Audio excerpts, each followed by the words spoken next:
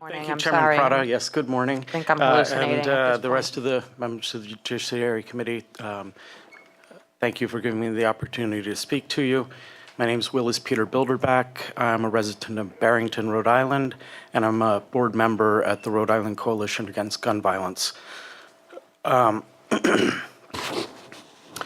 Columbine, Sandy Hook, San Bernardino, Orlando, Sutherland, Parkland.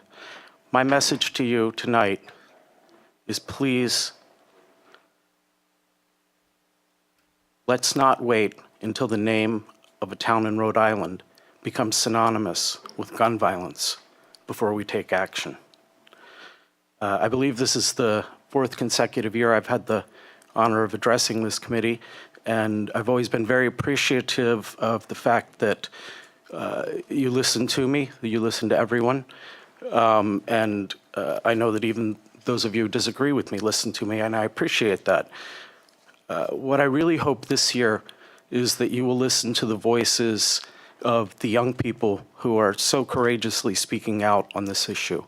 You're going to be hearing a lot more from them in the coming weeks and months, and my dearest hope is that you will listen to them, because this is not the Rhode Island that they want. They do not want a Rhode Island with armed teachers, by and large, and they do not want a Rhode Island in which civilians have access to weapons of war. And I'm going to push back on this notion that we shouldn't be allowed to call assault weapons, which, by the way, is a real term. It comes from the Justice Department. The Rhode Island Coalition Against Gun Violence didn't make it up, neither did any other gun safety group. But the idea that we shouldn't be allowed to call these weapons of war actually flies in the face of how the gun industry markets these weapons. Bushmaster, Remington, Magpul, they all market a variant of the AR-18, which they call the ACR. That stands for Adaptive Combat Rifle. Combat, that's their term, not mine. By the way, Remington's website you can find at remingtonmilitary.com. So the idea that we shouldn't be allowed to point out the fact that these weapons have their genesis in military use and are functionally very similar to what's used in the military, I'm not going to apologize for using the term weapon of war. With my testimony included an ad from Remington. They say, the ACR was initially conceived to provide today's soldier with an American-made, reliable, accurate, and mission-configurable rifle. Again, this is how these weapons are being marketed. This isn't language that I've made up to scare people. Now, the one thing that I will concede is that defining assault weapon in terms of creating effective legislation is a tricky business. And I absolutely recognize that. I also know that we have a lot of brain power on this committee, and I'm confident in your ability to find a definition that works. If you're unable to do that, Senator Metz has the 10-round limit bill. 10-round limit is very easy to understand. It's very easy to define. I wanted to say a word about mental illness, and there have been some good points raised. I think that whatever legislation we pass, we need to be careful not to stigmatize mental illness. Mentally ill, on average, are no more likely to commit crimes of violence than any other group of people. The one exception to that is suicide. which they are at higher risk of. And we need to understand that we can't fully address this problem just by addressing mental illness.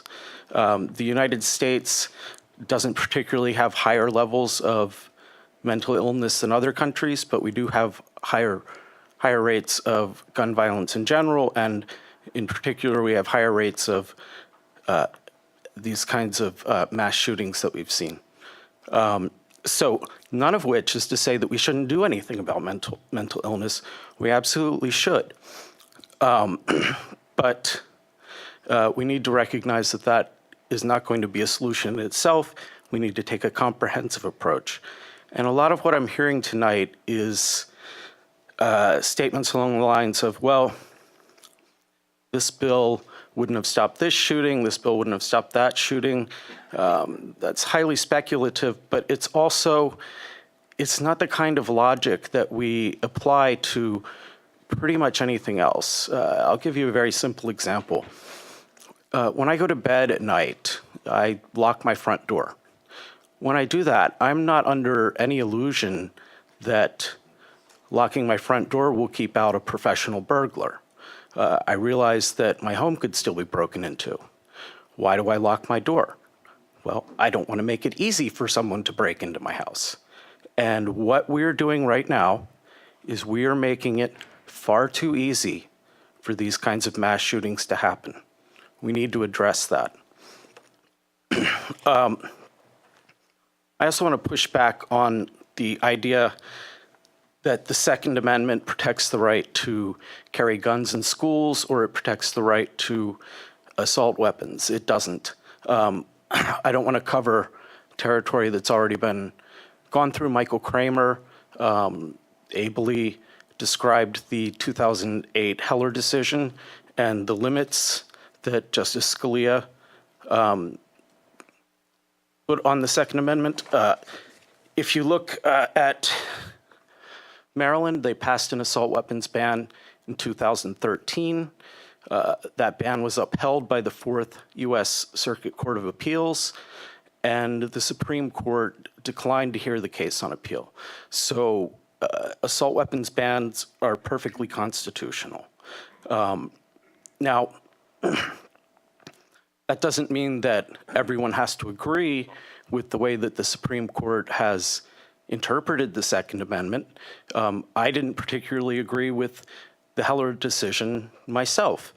It was the first time that a right to own firearms was established outside of the context of a militia. But my opinion on that is really irrelevant.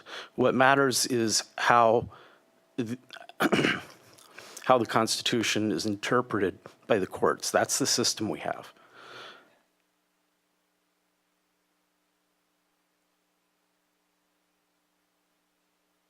I wanted to push back also on the idea that all mass shootings happen in so-called gun-free zones, and that these are specific targets for shooters. First of all, that's based on the dubious assumption that these people behave as rational actors, which we know is not the case. What we know is that most of the time, these people seek out the locations not because there aren't guns there, but because they have some strong emotional connection or grievance with that particular place or institution.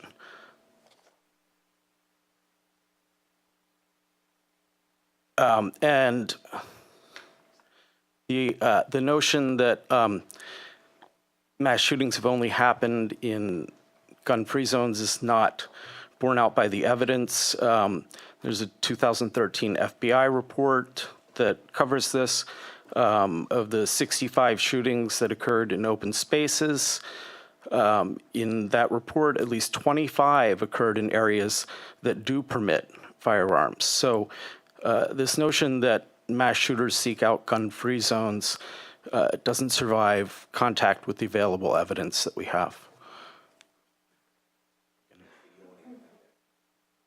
I didn't take it personally. I don't have my glasses on, Senator, so I didn't even see it, but So you just I turned appreciate yourself the in. apology. Unfortunately, at this point, it's involuntary, but we again appreciate everybody's patience I and everybody understand. sticking with us. So are there any questions or comments?